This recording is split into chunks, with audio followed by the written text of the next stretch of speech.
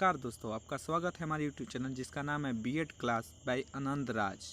अगर आपने हमारे यूट्यूब चैनल को सब्सक्राइब न किया हो तो सब्सक्राइब कर दें और इस बेल आइकन को दबाना ना भूलें कि सबसे पहले हमारा वीडियो आप तक पहुंचे।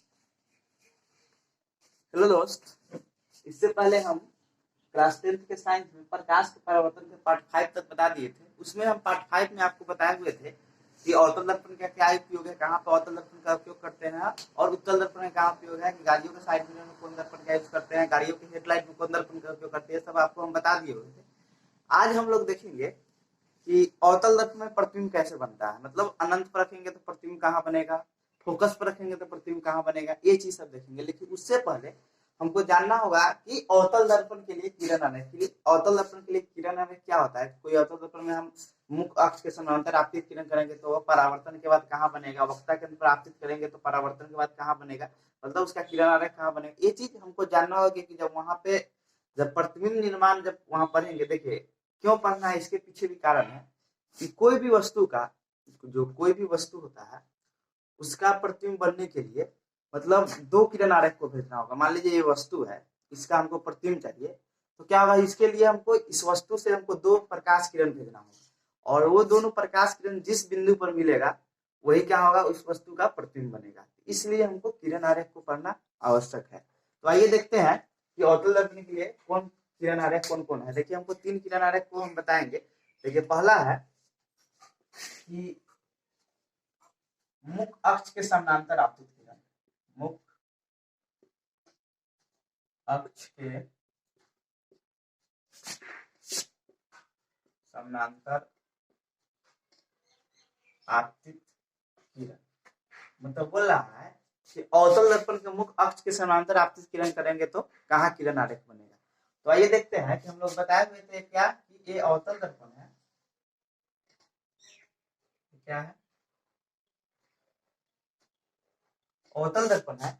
और हम बताए हुए थे कि जिसमें क्या होता है, यहाँ पे मध्य बिंदु पर पी होता है जिसे हम लोग ध्रुव बोलते हैं, और गोलीय दर्पण का जो केंद्र होता है, मतलब जिस दर्पण का ही बना होता है, मतलब जिस गोले का बना होता है दर्पण, जिसका जो केंद्र होता है उसे क्या बोलते हैं, वक्ता केंद्र हम लोग कहते हैं, जिसे सी से निरूपित करते हैं। और ये दोनों को मिलाने वाली जो सरल रेखा होती है उसी को हम लोग क्या कहते हैं, मुख्य अक्ष बोलते हैं। मतलब ध्रुव और वक्ता केंद्र को मिलाने वाली जो सरल रेखा होती है उसी क्या बोलते हैं, हम लोग मुख्य अक्ष बोलते हैं। तो वही बोल रहा है कि मुख्य अक्ष के समानांतर आपतित किरण, तो हम मुख्य अक्ष के समानांतर आपतित किरण करते हैं। ये मुख्य अक्ष हुआ, मुख्य अक्ष के समानांतर आपतित किरण करते हैं। परावर्तन के बाद जिस बिंदु पर किस बिंदु पर मिलेगी तो फोकस पर मिलती है। आपको हम पहले भी बताए हुए थे कि मुख्य अक्ष के समानांतर आपतित किरण करते हैं तो क्या होती है, परावर्तन के बाद कहाँ मिलती है, फोकस पर मिलती है। तो यहाँ पर फोकस हो गया, ये बिंदु का हो गया, फोकस हो गया। तो यही आपसे क्वेश्चन पूछा जाएगा कि हम मुख्य अक्ष के समानांतर आपतित किरण करते हैं तो परावर्तन के बाद कहाँ कौन बिंदु पर उसका किरण आरेख बनता है, तो क्या बताइएगा कि फोकस पर बनता है। दूसरा, और दूसरा देखते हैं, ये चीज आप नोट कर लीजिएगा। अब हम दूसरा देखते हैं,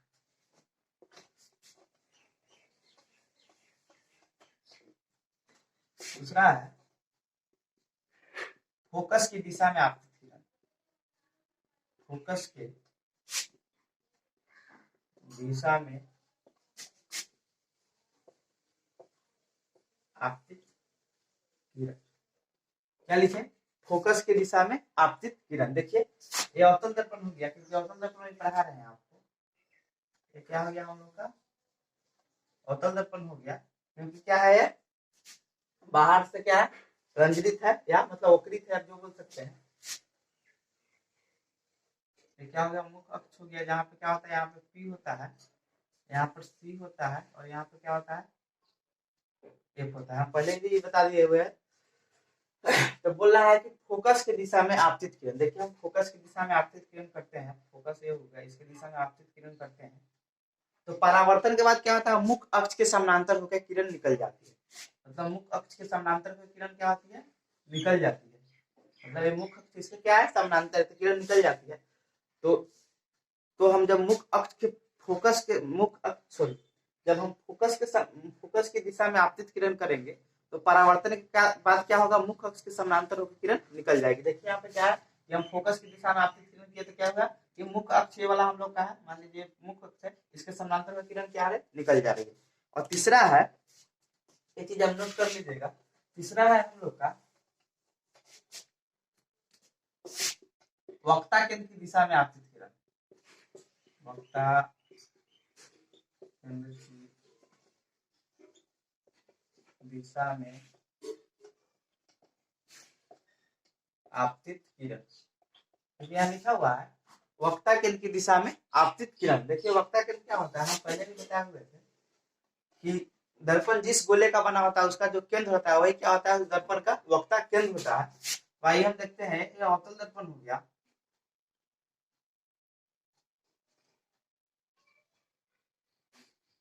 क्या है इसका क्या हो गया, वक्ता केंद्र हुआ, इसका मध्य बिंदु हुआ, ठीक है।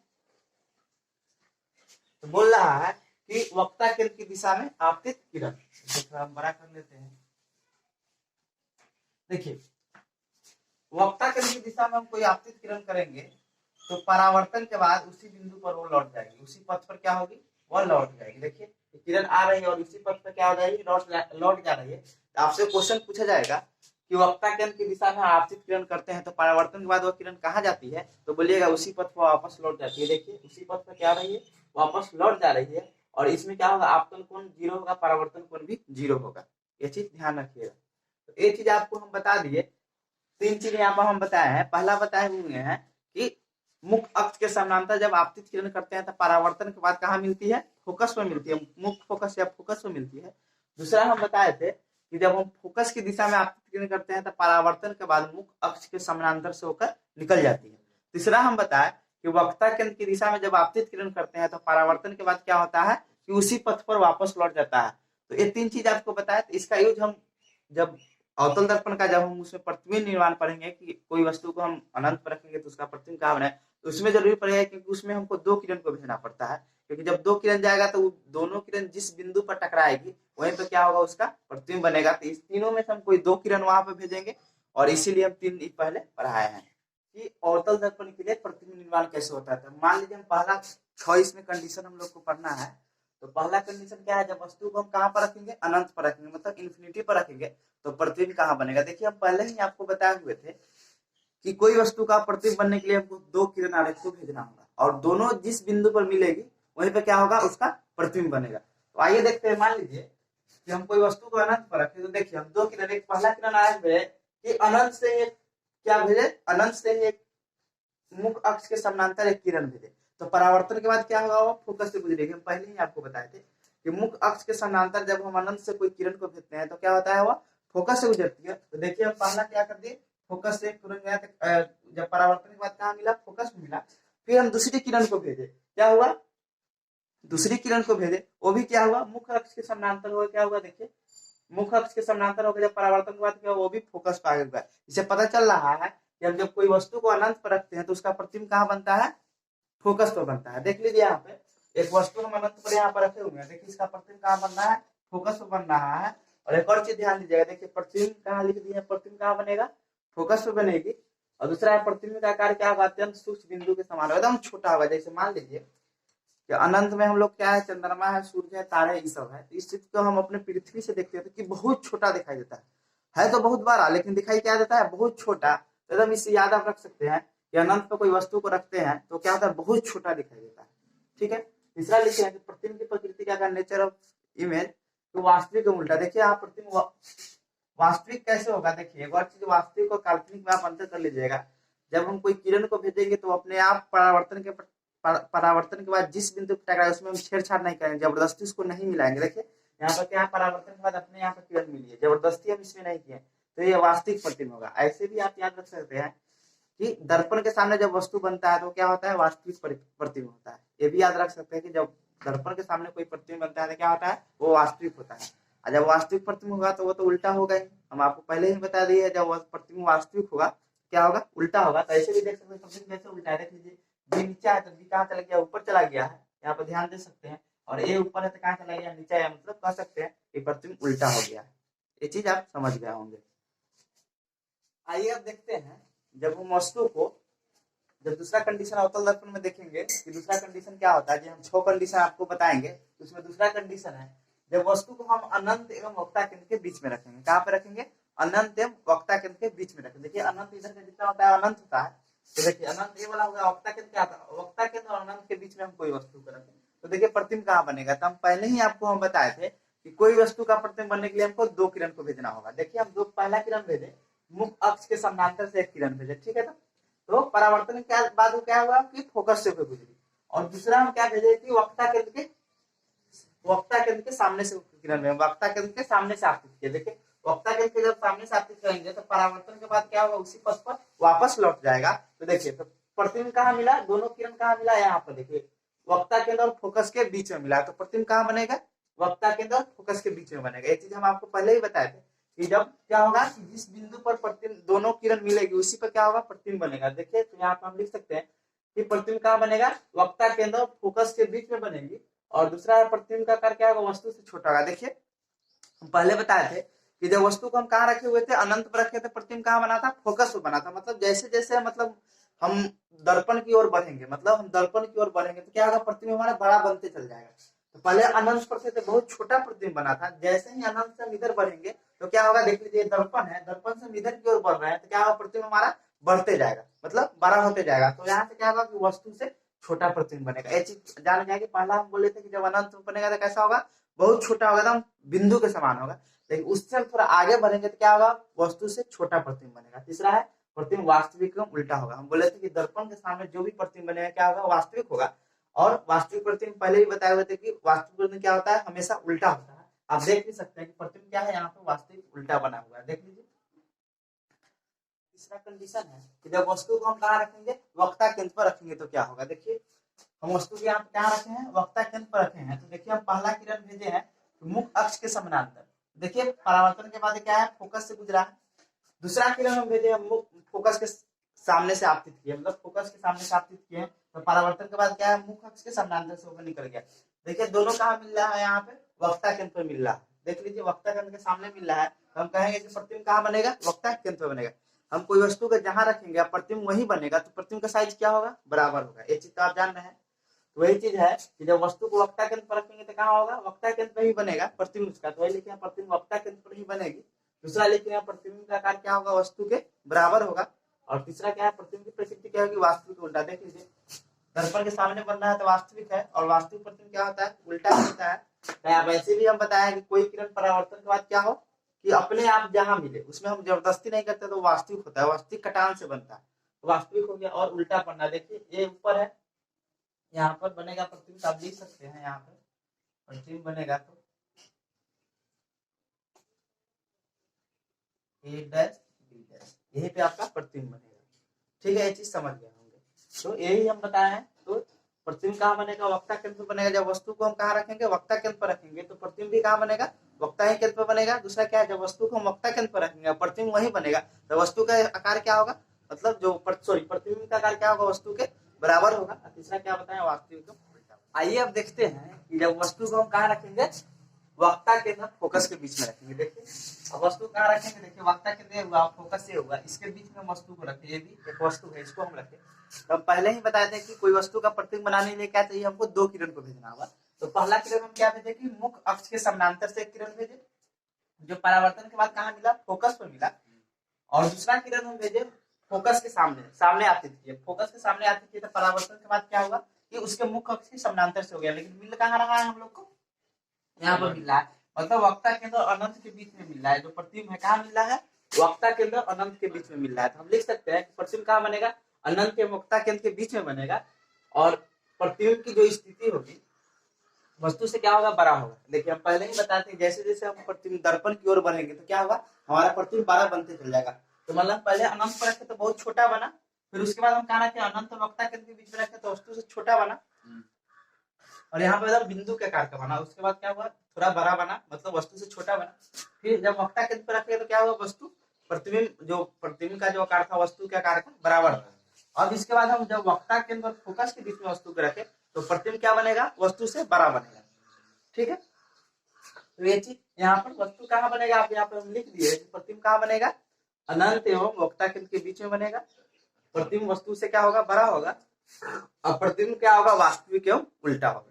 ये चीज आप नोट कर। आइए अब देखते हैं पांचवा कंडीशन क्या है कि जब अवतल दर्पण में कोई वस्तु को हम कहाँ रखेंगे, फोकस पर रखेंगे, तो वस्तु का प्रतिबिंब कहाँ बनेगा, ये चीज अब देखेंगे। देखिए हम वस्तु को कहाँ रखें, फोकस पर रखें, तो प्रतिबिंब कहाँ बनेगा। देखिए तो हमको दो किरण को भेजना पड़ता है कोई वस्तु को प्रतिबिंब को प्राप्त करने के लिए। देखिए पहला हम भेजे मुख्य अक्ष के समानांतर से एक किरण भेजे, तो क्या हुआ कि फोकस से होकर गुजर गई थी परावर्तन के बाद। दूसरा भेजे कि वक्ता केंद्र से, देखिए हम वक्ता केंद्र से एक किरण भेजे और परावर्तन के बाद क्या होता है, उसी पथ पर वापस लौट जाता है। लेकिन एक चीज आप यहाँ पर देखिएगा कि ये दोनों किरण समानांतर है, ये दोनों किरण का समानांतर है, तो आप जानते होंगे कि दो समानांतर किरण कभी नहीं मिल सकती है। लेकिन हम सोच सकते हैं कि वह कहाँ मिल सकती है, अनंत पर जाके मिल सकती है। जैसे हम लोग बोलते हैं कि सबसे बड़ी प्राकृतिक संख्या क्या है, तो हमको मालूम नहीं है क्या है, लेकिन बोलते हैं क्या कि बहुत बड़ा हो सकता है। कितना बड़ा होगा हमें मालूम नहीं, तो हम कह सकते हैं कि जो प्रतिबिंब बनेगा कहाँ बनेगा, अनंत पर बनेगा। तो कह सकते हैं कि जब वस्तु को हम कहाँ रखते हैं, फोकस पर रखते हैं, तो प्रतिबिंब कहाँ बनता है, अनंत पर बनता है। और जो प्रतिबिंब का आकार होता है वस्तु से बहुत बड़ा होता है। जैसे हम बोलते हैं ना कि सबसे बड़ा नेचुरल नंबर कौन है, तो बोलते हैं बहुत बड़ा। वैसे ही बोल सकते हैं कि वो वस्तु कैसा होगा, बहुत बड़ा होगा। वस्तु प्रतिबिंब कैसा होगा, वस्तु से बहुत बड़ा होगा। तीसरा क्या है, प्रतिबिंब वास्तविक एवं उल्टा होगा। मतलब प्रतिबिंब क्या होगा, वास्तविक और उल्टा। जैसे हम बोलते हैं दर्पण के सामने जो भी प्रतिबिंब बनता है क्या होता है, वास्तविक होता है। और पहले भी हम बताए थे कि वास्तविक प्रतिबिंब क्या होता है, उल्टा प्रतिबिंब होता है। ये चीज समझ गए होंगे आप कि जो अवतल दर्पण में छठा कंडीशन है कि जब वस्तु को हम कहाँ रखेंगे, फोकस एवं ध्रुव के बीच रखेंगे। देखिए ये हमारा फोकस हुआ और ये हमारा ध्रुव हुआ, इसके बीच में जब वस्तु को हम रखेंगे तो प्रतिबिंब कहाँ बनेगा, ये देखते हैं। देखिए पहला हम दो किरण को भेजेंगे तब प्रतिबिंब बनेगा। तो पहला किरण हम भेजेंगे क्या कि मुख्य अक्ष के समानांतर से एक किरण भेजे, तो परावर्तन के बाद क्या होगा कि वह फोकस से गुजरेगी। और दूसरा भेजे, देखिए यहाँ पर दूसरा वक्ता केंद्र से होकर गुजार रहा है, तो वक्ता केंद्र से भेजे एक किरण, तो परावर्तन के बाद क्या होगा, उसी पथ पर वापस लौटा है। तो पांचवा कंडीशन में क्या था कि ये दोनों अनंत में मिलेगा। लेकिन दो तो कंडीशन एक बार सेम नहीं हो सकता है, तो हम क्या किए हैं, देखिए अपना से क्या किया, डॉट डॉट करके हम सोचे कि प्रतिबिंब क्या बनेगा, दर्पण से पीछे बनेगा। तो मान लीजिए कि ये दोनों क्या होगा कि यहाँ करके यहाँ प्रतिबिंब यहाँ बना। तो हम कह सकते हैं कि जो जब वस्तु को हम फोकस एवं ध्रुव के बीच में रखते हैं तो प्रतिबिंब कहाँ बनता है, दर्पण के पीछे बनता है। लेकिन दर्पण के पीछे बना, तो वही लिखे है कि प्रतिबिंब दर्पण के पीछे बनेगा और जो प्रतिबिंब का आकार होगा वस्तु के आकार से बड़ा होता है, आवर्धित। मतलब बड़ा मतलब आवर्धित, मैग्निफिकेशन होता है, बड़ा होता है। देखिए और प्रतिबिंब क्या है, काल्पनिक और सीधा। हम बोले पहले ही थे कि दर्पण के सामने जो प्रतिबिंब बनता है वो वास्तविक प्रतिबिंब होता है और उल्टा होता है, और जो दर्पण के पीछे बनता है वो क्या होता है, काल्पनिक एवं सीधा होता है। काल्पनिक या आभासी, मतलब उस प्रतिबिंब का हम कल्पना करते हैं। देखिए उस प्रतिबिंब को क्या किया है, कल्पना की है। देखिए एक और चीज हम पहले बताए थे, जो किरण होता है वो अपने आप परावर्तन के बाद मिले तो वो वास्तविक प्रतिबिंब का निर्माण करता है। तो यहाँ पर देखिए ये वास्तविक प्रतिबिंब नहीं, अपना से हम जबरदस्ती इसको मिला है, तो कल्पना की है कि यहाँ पे बन सकता है प्रतिबिंब। ठीक है, तो ये क्या हो जाएगा, काल्पनिक प्रतिबिंब का। आप पहले ही बताए थे काल्पनिक प्रतिबिंब क्या होता है, सीधा होता है। देखिए आप कोई कल्पना करते हैं, अपने बारे में सोचते हैं कोई चीज, तो पॉजिटिव सोचते हैं, मतलब सीधा सोचते हैं। कोई अपने बारे में गलत कोई नहीं सोचता है। तो आप ऐसे भी याद रख सकते हैं, जो काल्पनिक प्रतिबिंब क्या होता है, वह सीधा बनता है। हम आपको बताए हैं कि अवतल दर्पण में कैसे प्रतिबिंब निर्माण होता है, उसका किरण आरेख के साथ आपको बता दिए। लेकिन आप ट्रिक के माध्यम से देखते हैं कि अभी आपको बिहार बोर्ड के एग्जाम में क्या होता है, बहुत ज्यादा ऑब्जेक्टिव क्वेश्चन पूछा जाता है। तो आपको स्वयं पूछा जाएगा कि वस्तु को हम अनंत पर रखेंगे तो प्रतिबिंब कहाँ बनेगा, तो इसको हम ट्रिक से देखते हैं। ये जरूरी है कि ट्रिक से कैसे जानना चाहिए, क्योंकि बिना ट्रिक का आप वहां पर फिर आप वहां पर किरण आरेख खींचिएगा, बहुत समय लगेगा। इसलिए ट्रिक से देखिए कैसे होता है। इसीलिए हम यहाँ पर देखिए कि हम स्थिति भी लिख दिए कि वस्तु को कहाँ रखेंगे तो कहाँ प्रतिबिंब बनेगा, कैसा बनेगा, वो चीज भी लिख दी है। और हम एक ट्रिक बताते हैं, बहुत सिंपल ट्रिक है। देखिए ये क्या हो गया, हमारा अवतल दर्पण हो गया। ये हमारा क्या हुआ, अवतल दर्पण हुआ। और देखिए यहाँ पर हम क्या कोई स्थिति में प्रतिबिंब को रख सकते हैं। देखिए पहला तो हम अनंत पर रख सकते हैं, एक स्थिति यह हुआ। दूसरा स्थिति क्या रख सकते हैं कि अनंत और वक्ता केंद्र के बीच में रख सकते हैं, पहले भी बताया। देखिए पहला क्या अनंत पर रखें, दूसरा क्या है अनंत और वक्ता केंद्र के बीच में रखें। तो पहला स्थिति में हम वस्तु कहाँ रख सकते हैं, कि अनंत पर रख सकते हैं। दूसरा कहाँ रख सकते हैं, अनंत और वक्ता केंद्र के बीच में रख सकते हैं। देखिए अनंत और वक्ता केंद्र के बीच में रख सकते हैं। तीसरा कंडीशन कहाँ रख सकते हैं, वक्ता केंद्र पर प्रतिबिंब को रख सकते हैं। चौथा कहाँ रख सकते हैं, वक्ता केंद्र और फोकस के बीच में रख सकते हैं। पटना कहाँ रख सकते हैं, फोकस के बीच में रख सकते हैं। और छठा कहाँ रख सकते हैं, फोकस और ध्रुव के बीच में रखते हैं। ये 6 कंडीशन वस्तु को हम रख सकते हैं वक्ता केंद्र में। अब देखिए आप बताइए कि प्रतिबिंब कैसे बनेगा। तो देखिए हम नीचे लिखे हैं, ये जो 6 नंबर है इसको छोड़ दीजिए और फोकस से स्टार्ट कीजिए 1 नंबर। 1 नंबर क्या है, यहाँ फोकस और वक्ता केंद्र के बीच 2 किए हैं, यहाँ पर 3 होगा, यहाँ पर क्या होगा 3 होगा। चौथा क्या होगा, वक्ता केंद्र अनंत के बीच में चौथा बनेगा, और पांचवा कहाँ बनेगा, ठीक अनंत के बीच में। देखिए इसके लिखने के पीछे कारण क्या है, देखिए आप इसमें जो 1 नंबर है 1 नंबर से मिलाइए, मतलब कि वस्तु को हम अनंत पर रखेंगे तो प्रतिबिंब कहाँ बनेगा, फोकस पर बनेगा। देखिए यहाँ पर लिखा हुआ है वस्तु को हम कहाँ रखेंगे, अनंत पर रखेंगे, सॉरी वस्तु को अनंत पर रखेंगे तो प्रतिबिंब कहाँ बन रहा है, फोकस पर बन रहा है। तो वही चीज है कि वस्तु को हम कहाँ रख रहे हैं, अनंत पर रख रहे हैं, तो प्रतिबिंब कहाँ बन रहा है, फोकस पर बन रहा है। तो यहाँ मेरे लिखने का मेन उद्देश्य क्या था कि आप 1 नंबर को 1 नंबर से मिलाइए, मतलब अनंत पर है वस्तु तो कहाँ बनेगा, फोकस पर बनेगा। देखिए 2 नंबर में देखिए वस्तु कहाँ रखा है, अनंत एवं फोकस के बीच, सॉरी वक्ता केंद्र के बीच में रखा गया है। कहाँ रखा गया, अनंत एवं वक्ता केंद्र के बीच में रखा गया। तो प्रतिबिंब कहाँ बनेगा, देखिए 2 नंबर को 2 नंबर से मिलाइए, तो कहाँ बन रहा है प्रतिबिंब, वक्ता केंद्र फोकस के बीच में बन रहा है। देखिए यहाँ भी हम लिखेंगे अनंत एवं वक्ता केंद्र के बीच में रखते हैं वस्तु को, तो प्रतिबिंब कहाँ बन रहा है, वक्ता केंद्र एवं फोकस के बीच में बन रहा है। देख लीजिए यहाँ भी है कि वक्ता केंद्र एवं फोकस के बीच में प्रतिबिंब बन रहा है। 2 नंबर को 2 नंबर से मिलाइए। 3 नंबर देखते हैं कि वस्तु को हम कहाँ रखें, वक्ता केंद्र पर रखें, तो देखिए 3 नंबर प्रतिबिंब भी कहाँ है, ये वक्ता केंद्र पर है। तो 3 नंबर को 3 नंबर से मिलाइए, तो यहाँ हम लिखे हैं कि वस्तु को कहाँ रखते हैं, वक्ता केंद्र पर रख रहे हैं, तो प्रतिबिंब भी कहाँ बन रहा है, वक्ता केंद्र पर ही बन रहा है। ठीक है, ये चीज समझ गए। फिर चौथा नंबर क्या है, चौथा नंबर हम वस्तु कहाँ रखेंगे, वक्ता केंद्र एवं फोकस के बीच में रखेंगे। तो प्रतिबिंब कहाँ बन रहा है, देखिए अनंत एवं वक्ता केंद्र के बीच में बन रहा है। प्रतिबिंब कहाँ, देखिए 4 नंबर को 4 नंबर से मिलाइए, तो क्या है, अनंत एवं वक्ता केंद्र के बीच में है। समझ गए। पांचवा क्या है कि पांचवा जब हम वस्तु को फोकस पर रखेंगे तो प्रतिबिंब कहाँ बनेगा, अनंत को बनेगा। देखिए 5 नंबर को आप 5 नंबर से मिलाइए, तो कहाँ बन रहा है, देखिए यहाँ भी हम लिखेंगे जब वस्तु को कहाँ रखेंगे, फोकस पर रखेंगे, तो प्रतिबिंब कहाँ बना है, अनंत पर बना है। एक चीज आप समझ लेंगे। और छठा कंडीशन है कि जब वस्तु को हम फोकस ग्रुप के बीच में रखेंगे तो प्रतिबिंब क्या होगा, हम जानते हैं कि दर्पण के पीछे बनता है। देखिए दर्पण के पीछे 6 नंबर बना, तो ये 6 नंबर का 6 नंबर में ये कहाँ मिला, दर्पण के पीछे बनना है। तो ये चीज समझ गया। मेरा कहने का मतलब है कि आप एक ये चीज बना लीजिए कि वस्तु हम कहाँ रख सकते हैं, और 6 नंबर को छोड़कर, मतलब इस जगह को छोड़कर यहाँ से 1 2 3 सीरियल नंबर से स्टार्ट कीजिए, और जो संख्या है उस संख्या को मिलाइए, वो चीज वहां प्रतिबिंब बनेगा। जैसे हम मनाए कि अनंत पर कोई वस्तु को रखेंगे तो 1 नंबर कहाँ है, यहाँ फोकस पर है, तो फोकस पर प्रतिबिंब बनेगा। ठीक है, तो अब देखते हैं ये चीज हो गया हमारा। अब देखते हैं यहाँ पे कुछ बता देते हैं। देखिए जब जैसे ही वस्तु को कहाँ पर रखेंगे, अनंत पर रखेंगे, तो प्रतिबिंब कहाँ बनना है, देखिए वस्तु अनंत पर तो प्रतिबिंब फोकस पर बनना है। देखिए फोकस लिख दिए, वास्तविक एवं उल्टा होगा। देखिए याद रखिएगा कि दर्पण के सामने कोई भी वस्तु का प्रतिबिंब बनता है तो क्या होता है, वास्तविक होता है और उल्टा होता है। जब प्रतिबिंब वास्तविक होगा तो ऑटोमेटिक क्या होगा, वो उल्टा होगा। और वस्तु क्या होगा, बहुत छोटा होगा। देखिए बहुत छोटा करने का मतलब, जैसे मान लीजिए कि हमारा अनंत पर कौन है, सूर्य तारे यही सब है, चंद्रमा है, तो वहां से हम वस्तु को अपने पृथ्वी से देखते हैं तो बहुत छोटा दिखाई देता है, एकदम बिंदु के समान दिखता है। जैसे आप तारे को देखते हैं एकदम बिंदु के समान दिखाई, तो आप उससे भी याद रख सकते हैं कि जब वस्तु को हम अनंत पर रखते हैं तो प्रतिबिंब क्या होता है, बहुत छोटा बनता है, बहुत छोटा बिंदु के समान। अब देखते हैं कि वस्तु को क्या रखते हैं, अनंत एवं वक्ता केंद्र के बीच में रखते हैं, तो प्रतिबिंब क्या होगा, सी एवं एफ के बीच, मतलब वक्ता केंद्र फोकस के बीच। देखिए वक्ता केंद्र फोकस के बीच बनना, 2 नंबर को 2 नंबर से आप मिलाइए। ठीक है, ये चीज समझ गए होंगे। और वास्तविक एवं उल्टा बनता है, प्रतिबिंब क्या होता है, वास्तविक एवं उल्टा, क्योंकि दर्पण के सामने बनता है, और प्रतिबिंब क्या होगा, वस्तु से छोटा होगा। देखिए जैसे जैसे हम दर्पण की ओर बढ़ते हैं, देखिए ये जैसे जैसे हम दर्पण की ओर बढ़ रहे हैं, देखिए इसके बाद यहाँ पर वैसे वैसे क्या होगा, प्रतिबिंब बड़ा होते जाएगा। मतलब दर्पण की ओर हम जैसे जैसे बढ़ेंगे प्रतिबिंब क्या होगा, बड़ा होते जाएगा। तो देखिए बहुत छोटा था, अब क्या हो जाएगा, छोटा हो जाएगा। फिर तीसरा देखते हैं कि वक्ता केंद्र पर वस्तु को रखते हैं, वस्तु कहाँ रखते हैं, वक्ता केंद्र पर रखते हैं, सी पर रखते हैं, तो प्रतिबिंब भी कहाँ बनेगा, वक्ता केंद्र पर ही बनेगा। देखिए 3 नंबर को 3 नंबर से कहाँ मिला, वक्ता केंद्र बन रहा है। और प्रतिबिंब क्या होगा, वास्तविक एवं उल्टा। देखिए आप देख लीजिए दर्पण के कहाँ सामने बन रहा है, तो प्रतिबिंब क्या होगा, वास्तविक होगा। जब प्रतिबिंब वास्तविक होगा तो ऑटोमेटिक क्या होगा, उल्टा होगा और वस्तु के बराबर होगा। मान लीजिए हम कोई वस्तु को जहां रखेंगे और प्रतिबिंब वहां ही बनेगा, तो समझ लीजिए कि वस्तु क्या होगा, बराबर होगा। मतलब प्रतिबिंब जो क्या होगा, वस्तु के बराबर होगा। यहाँ लिखा होगा वस्तु के बराबर क्या होगा, प्रतिबिंब होगा।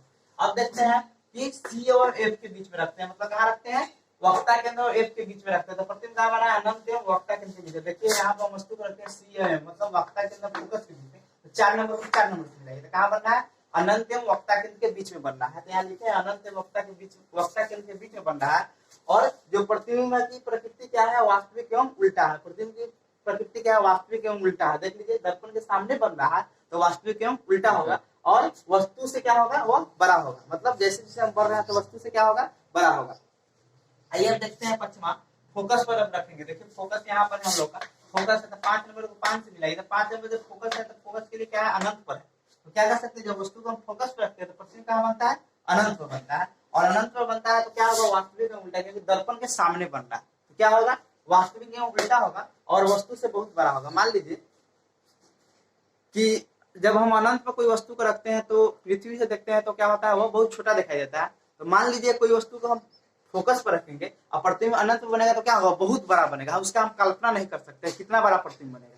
जैसे हमसे कोई क्वेश्चन पूछता है कि सबसे बड़ा प्राकृतिक संख्या नेचुरल नंबर कौन है, तो क्या बोलते हैं कि मालूम नहीं, बहुत बड़ा होगा। तो वैसे ही बोल सकते हैं कि जो प्रतिबिंब बनेगा वस्तु से क्या होगा, बहुत बड़ा बनेगा। तो क्या लिखा है, वस्तु से क्या होगा, बहुत बड़ा होगा। छठा देखते हैं कि फोकस एवं ध्रुव के बीच में, तो देखिए ये फोकस हुआ है, ध्रुव हुआ है, दोनों के बीच में वस्तु को रखेंगे तो देखिए 6 नंबर कहाँ बना है, 6 नंबर दर्पण के पीछे बना है। क्या लिखे हैं कि दर्पण के पीछे बनता है और काल्पनिक एवं सीधा होता है। हम पहले बताए थे कि दर्पण के सामने जो प्रतिबिंब बनता है वो क्या होता है, वास्तविक होता है, और जो दर्पण के पीछे बनेगा वो क्या है, काल्पनिक होगा। जब प्रतिबिंब काल्पनिक होगा तो वो क्या होगा, सीधा होगा। क्या लिखे हैं, काल्पनिक एवं सीधा होगा और वस्तु से क्या होगा, बड़ा होगा, मतलब आवर्धित प्रतिबिंब बनेगा। ये चीज समझ गए तो आप याद रख सकते हैं कि 5 कंडीशन में वास्तविक एवं उल्टा प्रतिबिंब बनता है अवतल दर्पण में, लेकिन एक कंडीशन होता है जब कहाँ रखते हैं, वस्तु को फोकस एवं ध्रुव के बीच रखते हैं तो काल्पनिक प्रतिबिंब बनता है और कहाँ बनता है, दर्पण के पीछे बनता है। वस्तु से क्या होता है, वो बड़ा होता है। इसीलिए हम लोग अवतल दर्पण का जो यूज करते हैं वो कहाँ करते हैं हम लोग, कि हजामती दर्पण। आइए दोस्तों, अब हम बताए हुए थे जिसे अवतल दर्पण में प्रतिबिंब निर्माण कैसे होता है वो आपको बता दिए हैं। अब देखते हैं कि उत्तल दर्पण में प्रतिबिंब निर्माण कैसे होता है। उसमें हम 6 कंडीशन बताए थे, 6 केस होता है कि कहाँ वस्तु को 6 जगह वस्तु रखकर हम प्रतिबिंब बना सकते हैं। लेकिन उत्तल दर्पण में 2 ही जगह बनता है। देख लीजिए क्यों 2 जगह बनता है। देखिए ये होता है, ये वाला जो होता है, ये वाला होता है परावर्तक सतह, ठीक है। तो इधर हमारा जो होता है ध्रुव और अनंत ही हो सकता है, 2 ही होता है, ठीक है। इधर वक्ता केंद्र फोकस होता है, तो क्या होता है, हमारा पॉलिश किया हुआ सतह होता है। इधर तो हम कल्पना ही कर सकते हैं, इधर तो वस्तु को हम रख नहीं सकते हैं, इसीलिए इसमें कितना कंडीशन बनता है, 2 ही कंडीशन बनता है, समझे। तो आपको 2 कंडीशन क्या है, जब वस्तु को कहाँ रखेंगे, अनंत पर, दूसरा कहाँ रखेंगे, जब वस्तु को अनंत एवं ध्रुव के बीच में। देखिए वस्तु को हम कहाँ रख सकते हैं, एक अनंत पर रख सकते हैं, दूसरा कहाँ रख सकते हैं, वो वस्तु को अनंत एवं ध्रुव के बीच में रख सकते हैं। ये हुआ, ये दोनों वस्तु को रखते हैं यहाँ पर। देखिए तो हम पहले ही बताए थे कि कोई वस्तु को प्रतिबिंब बनाने के लिए कितना किरण की आवश्यकता पड़ती है, 2 किरण को भेजना पड़ेगा और दोनों किरण जिस बिंदु पर मिलेगी वहां पर उस बिंदु का, उस वस्तु क्या बनेगा, प्रतिबिंब बनेगा। देखिए यहाँ पे जब वस्तु को हम कहाँ रख रहे हैं, अनंत पर, किस दर्पण में, उत्तल दर्पण में। उत्तल दर्पण ये होता है जिसका परावर्तक सतह क्या होता हुआ, उभरा हुआ होता है। देखिए इसका परावर्तक सतह क्या हुआ, उभरा हुआ है, और जो अंदर से वक्रित हो, मतलब अंदर से जो क्या, और मतलब रंगा हुआ, पॉलिश किया हुआ सतह। देखिए अंदर से क्या है, पॉलिश किया हुआ सतह। तो आपको हम बताए हुए थे कि उत्तल दर्पण को आप कैसे बनाएंगे, जिसका परावर्तक सतह क्या हो, उभरा हुआ हो, उसी को क्या बोलते हैं, उत्तल दर्पण। देखिए इसका परावर्तक सतह क्या है, उभरा हुआ है। परावर्तक सतह क्या होता है, हम पहले भी आपको बताए हुए थे, जिससे प्रकाश का परावर्तन हो। देखिए प्रकाश आएगा, इसका परावर्तन इधर से होगा, इसीलिए क्या है, एक उत्तल दर्पण है। आइए अब बताते हैं, जब वस्तु को हम उत्तल दर्पण में कहाँ पर रखेंगे, अनंत पर रखेंगे। देखिए हम वस्तु को कहाँ पर रखें, अनंत पर रखें तो प्रतिबिंब कहाँ बनेगा। देखिए इसके लिए हम 2 किरण को भेजते हैं। देखिए पहला किरण भेजते हैं, मुख्य अक्ष के समानांतर से किरण भेजेंगे तो क्या होगा, आपस के बाद परावर्तन के बाद क्या होगा कि फोकस को टारगेट करते हुए, देखिए यहाँ पे फोकस को टारगेट करते हुए क्या हुआ है, इस दिशा में निकल जा रहा है। देखिए यहाँ पे फोकस को टारगेट करते हुए इस दिशा में निकल जा रहा है। देखिए फोकस को टारगेट करते हुए कहाँ निकल जा रहा है, इस दिशा में। फिर हम नीचे एक और किरण को भेजे मुख्य अक्ष के समानांतर में, भी क्या हो रहा है कि फोकस को टारगेट करते हुए क्या रहा है, इधर निकल जा रहा है। आप बोलिए वास्तविक प्रतिबिंब इसमें बनेगा, एक किरण इधर जा रहा है, एक किरण इधर जा रहा है, तो कब एक किरण मिल सकता है, नहीं मिल सकता है। क्या करना होगा, हमको कल्पना करना होगा कि ये चीज, ये दोनों को यहाँ पर मिल सकता है। देखिए इसको हम ऐसे डॉट और लाइन से मिलाएंगे, क्या होगा, प्रतिबिंब यहाँ पर आके मिला। हम कह सकते हैं कि कोई वस्तु को हम उत्तल दर्पण में अनंत पर रखते हैं तो उसका प्रतिबिंब कहाँ बनता है, फोकस पर बनता है। तो वही चीज लिखेंगे, प्रतिबिंब कहाँ बनेगा, फोकस पर बनेगा। प्रतिबिंब का आकार क्या होगा, वस्तु से बहुत छोटा होगा, बिंदु का आकार का, मतलब प्रतिबिंब का आकार क्या होगा, बिंदु का आकार होगा। क्योंकि अनंत पर कोई वस्तु रखा हुआ है, मतलब सूर्य तारे होते हैं, उसको अनंत पर रखते हैं, उसका हम प्रतिबिंब देखेंगे दर्पण में, उत्तल दर्पण में, तो वो बहुत छोटा दिखाई, एकदम बिंदु के आकार का दिखाई देगा। तो वही चीज लिखेंगे, प्रतिबिंब का आकार क्या होगा, वस्तु से बहुत छोटा होगा और प्रतिबिंब काल्पनिक एवं सीधा होगा। हम पहले ही बताए थे कि जब वस्तु दर्पण के पीछे बने, देखिए दर्पण ये सामने है और प्रतिबिंब कहाँ बन रहा है, पीछे बन रहा है, तो हम कह सकते हैं कि काल्पनिक प्रतिबिंब होगा। जो दर्पण से पीछे बने वो क्या होता है, काल्पनिक प्रतिबिंब होता है। देखिए काल्पनिक हो गया, और काल्पनिक प्रतिबिंब क्या होता है, सीधा होता है। देखिए प्रतिबिंब सीधा है, देख लीजिए ये भी है, ए ऊपर है, ए ऊपर है, बी नीचा है, तो बी नीचा है, देख लीजिए सीधा प्रतिबिंब है। तो हम कह सकते हैं कि जब हम कोई उत्तल दर्पण में जब वस्तु को अनंत रखते हैं तो प्रतिबिंब फोकस में बनता है और काल्पनिक सीधा प्रतिबिंब बनता है। एक और चीज बताए थे आपको कि जबरदस्ती इसमें हम क्या कर रहे हैं, किरण को मिला रहे हैं। देखिए किरण इधर जा रहा है लेकिन हम जबरदस्ती मिला रहे हैं यहाँ पे, तो जबरदस्ती मिलाते हुए काल्पनिक प्रतिबिंब होता है। तो ये चीज आप समझ गए हो। दूसरा कंडीशन अब देखते हैं, जब वस्तु को हम कहाँ पर रखेंगे, अनंत एवं ध्रुव के बीच में रखेंगे। देखिए अनंत हो गया और ध्रुव हो गया, तो इसके बीच में हम वस्तु को मान लीजिए यहाँ पर रख दिए हम, ये भी क्या हो गया, एक वस्तु हो गया। तो इसके लिए हम क्या करते हैं, पहला हम किरण भेजते हैं, वक्ता केंद्र को टारगेट करते हुए हम एक किरण भेजें, क्या होगा, परावर्तन के बाद क्या होगा, उसी पथ पर वापस लौट देगा। हम पहले ही बता दिए कि वक्ता केंद्र के दिशा में आपतित किरण क्या होता है, परावर्तन के बाद उसी दिशा में आपतित परावर्तित हो जाता है। देखिए टारगेट करते हुए क्या होगा, परावर्तित हो गया। और दूसरा हम किरण भेजे मुख्य अक्ष के समानांतर, देखिए मुख्य अक्ष के समानांतर है, तो क्या होगा कि फोकस को टारगेट करते हुए क्या हो जाएगा, परावर्तित हो जाएगा। देखिए तो ये भी किरण क्या होगा कि ये भी वास्तविक प्रतिबिंब इसका भी नहीं बनेगा। क्यों नहीं बनेगा, देखिए ये किरण ये इधर जा रहा है, दूसरा किरण इधर जा रहा है, तो वो मिल सकता है, नहीं मिल सकता है। तो इसका काल्पनिक ही प्रतिबिंब बना, कल्पना कर सकते हैं। मान लीजिए इसको हम ऐसे मिला दिए, वक्ता केंद्र को टारगेट करते हुए कर दिए, ठीक है। दूसरा कर दीजिए फोकस को टारगेट करके, कहाँ मिल रहा है, यहाँ बीच में मिल रहा है। तो हम कह सकते हैं कि कोई वस्तु को हम अनंत एवं ध्रुव के बीच में रखते हैं, तो उसका प्रतिबिंब कहाँ बनता है, ध्रुव एवं फोकस के बीच में बनता है, ध्रुव एवं फोकस के बीच में बनेगी। लिख सकते हैं ध्रुव एवं फोकस, मतलब पी एवं एफ के बीच में बनेगी। प्रतिबिंब का आकार क्या होगा, बहुत छोटा होगा। प्रतिबिंब का आकार क्या होगा, बहुत छोटा होगा, क्योंकि हम बोले थे कि दर्पण की ओर जैसे जैसे हम बढ़ते हैं प्रतिबिंब का आकार बढ़ते जाता है। तो यहाँ पर बिंदु के आकार का था, तो यहाँ पर क्या होगा, प्रतिबिंब का जो आकार होगा क्या वस्तु से छोटा होगा, आकार छोटा होगा। तीसरा क्या है, प्रतिबिंब काल्पनिक एवं सीधा होगा। हम बोले थे कि दर्पण के सामने जब प्रतिबिंब बनता है तो वो वास्तविक होता है, और दर्पण के पीछे बनता है तो क्या होता है, काल्पनिक होता है। देखिए दर्पण के पीछे प्रतिबिंब बना है, दर्पण आगे है, प्रतिबिंब पीछे बनना है। देखिए ये प्रतिबिंब कहाँ बनना है, पीछे बनना है, और दर्पण क्या आगे है, तो क्या होगा, काल्पनिक होगा। और काल्पनिक प्रतिबिंब हमेशा क्या होता है, सीधा होता है। देख लीजिए ए बी है, तो यहाँ पे ए बी यहाँ भी बना हुआ है, देखिए ए बी ऊपर है, ए बी यहाँ पर बी ए जो है ऊपर में है, तो प्रतिबिंब क्या होगा, काल्पनिक सीधा होगा। तो ये चीज आप समझ गए हो।